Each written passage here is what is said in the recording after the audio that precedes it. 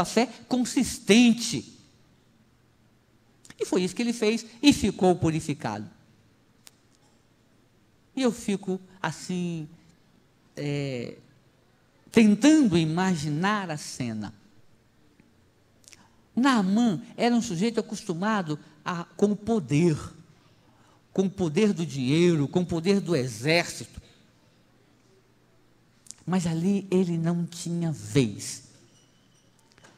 Com o profeta, não tinha o que fazer. Dessa forma, então, o profeta, e a história continua da seguinte forma. Então desceu, 14, mergulhou no Jordão 7 vezes, conforme a palavra do homem de Deus. E a sua carne se tornou como a carne de um menino, e ficou purificado. Então voltou ao homem de Deus, e ele toda a sua comitiva, e veio, e pôs-se diante dele, e disse: eis que eu tenho conhecido em toda a terra, não há Deus, senão em Israel. Esta é a palavra que Deus quer ouvir de todos nós.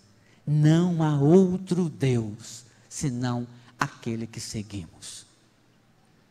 Ele quer que a nossa atitude, Ele quer que o nosso testemunho, Ele quer que as obras de nossas mãos demonstrem que não há outro Deus além daquele que servimos.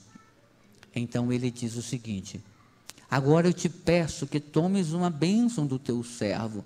Porém ele disse: vive o Senhor, em cuja presença estou, que não tomarei. Instou com ele, ou seja, insistiu para que ele tomasse, mas ele recusou. Então disse Naamã: seja assim, contudo, dê-se este teu servo uma carga de terra de um jugo de mulas, porque nunca mais oferecerá a este teu servo holocausto em sacrifício a outros deuses, senão ao Senhor. Sabe qual é a cena aqui? Aquele homem ficou tão impactado, que ele falou assim: me dá 2 balaios de terra, para que eu leve essa terra para onde eu vou, e monte em cima desse monte de terra um altar, e nunca mais ofereça holocausto a nenhum outro Deus, a não ser a este. Ele não queria não apenas não oferecer holocausto a outros deuses, mas ele entendia o seguinte: a terra aonde o povo de Deus estava era santa, e para onde ele iria, a terra era imunda. Então ele levou um montinho de terra para adorar a Deus em cima. É parecido com aquilo que o povo islâmico faz: carrega um tapetezinho e coloca para poder adorar a Deus 3 vezes ao dia. Esse é o princípio, meus irmãos. Esta é a colocação. O profeta era um servo de Deus. Aquele lugar era santo, porque aonde atua o servo de Deus, aonde atua a serva de Deus, aquele lugar é santo. Que as pessoas queiram, ao visitar a nossa casa, levar um pouco da terra do nosso quintal. Eu fico imaginando o buraco, a erosão na casa do Eliseu, se todo mundo que fosse lá carregasse um carrinho de terra. Mas isso demonstra a conversão daquele homem. Demonstra que ele não foi purificado apenas no seu corpo, mas foi purificado na sua alma, foi purificado no seu coração.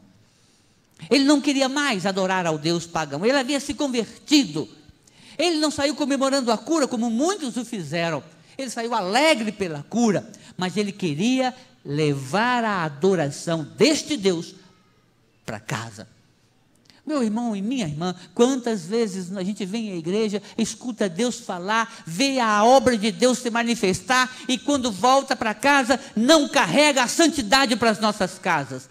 A santidade fica aqui no templo.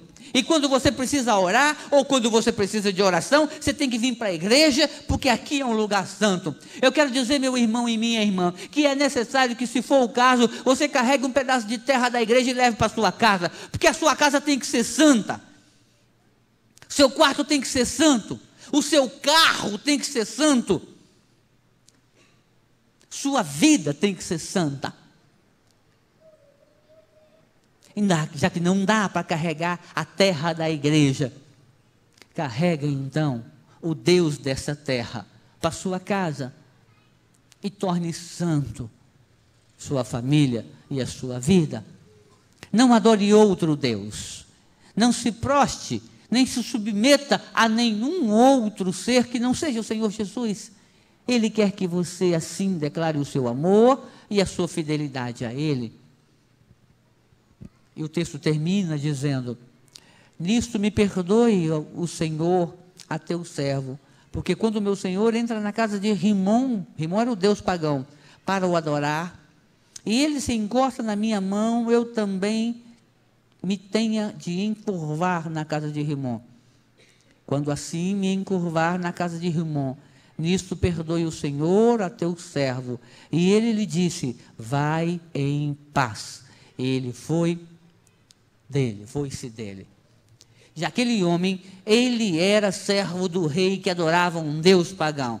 E ele disse o seguinte: olha, quando o meu rei for no templo, ele já não tem lá grandes forças, para ele se ajoelhar, sou eu que o carrego. Então eu quero dizer o seguinte, que quando eu entrar dentro daquele lugar, e quando eu precisar me abaixar para o rei se encostar no chão, eu não estarei adorando o Deus irmão, eu não estarei adorando aquele Deus pagão. Mesmo que eu esteja dentro de um centro de macumba, mesmo que eu esteja dentro de um lugar onde Deus não está sendo adorado, eu não vou estar adorando a aquele Deus. E que o Senhor me perdoe. E o Eliseu disse: vai em paz. Nós trabalhamos em lugares muitas vezes imundos. Nós convivemos com pessoas que não adoram a Deus. Nós estudamos com pessoas e quando termina a aula, vai todo mundo para a gandaia. E às vezes nós pegamos ônibus onde a coisa está esquisita lá dentro. Eu quero dizer, irmãos, que não importa aonde estivermos, se nós estivermos com o coração no Senhor, a gente pode estar em qualquer lugar, que se estivermos com o Senhor, rejeitando a subserviência daquele Deus, Deus continuará conosco. Eu disse uma ocasião para os irmãos que uma certa vez eu discipulava uma menina que morava num bordel. E ela se converteu e ninguém na igreja tinha coragem de estudar com ela a Bíblia. Eu tinha que ir para a casa dela, era um monte de casinhas. Eu entrava lá e sentava com ela, com a mãe dela, que era uma prostituta, e estudava a Bíblia com elas. É claro que eu tomava cuidado de carregar uma Bíblia bem grande, igual assembleiano, né, para fugir da aparência do mal, mas eu tinha que ir lá estudar com ela a palavra do Senhor. E quando eu entrava naquele lugar, num lugar de prostituição, eu não estava entrando para me prostituir, e sim para glorificar o nome do Senhor, e é disso que se trata aqui. Santo deve ser o meu coração, santo é o lugar aonde eu devo estar, aonde quer que eu esteja, tem que ser santo. Esta igreja é um lugar santo, mas quando sairmos daqui, a santidade precisa nos acompanhar. Então, meu irmão e minha irmã, tome cuidado para não adorar a Deus com louvores e ficar virando o olhinho aqui, como se estivesse vendo a glória de Deus, e quando terminar, ao invés da santidade te acompanhar, é o capeta que te acompanha. Está sim de exemplo. Porque o seu testemunho não é um testemunho de vida cristã convertida. A sua postura moral não é uma postura de um crente verdadeiro. Eu quero dizer, meu irmão, que você não precisa carregar um pedaço da terra desta igreja, mas você tem que carregar o Deus dessa igreja por onde você for. Que o exemplo de Naamã seja seguido, que a nossa conversão seja verdadeira, e que as pessoas digam de nós, se esse camarada serve a um Deus verdadeiro. Ele disse: nunca mais eu vou adorar a outro Deus. Naamã também era um grande exemplo. Que as pessoas digam de nós, meu irmão e minha irmã, há um homem de Deus, há uma mulher de Deus que mora na rua Lobo, há uma mulher de Deus, um homem de Deus que mora na rua Nazaré, há um homem de Deus que mora na Beberibe, há um homem de Deus, há uma mulher de Deus que mora ao lado da casa número tal. Que digam isso de você, meu irmão, que digam isso de você, meu irmão, que saibam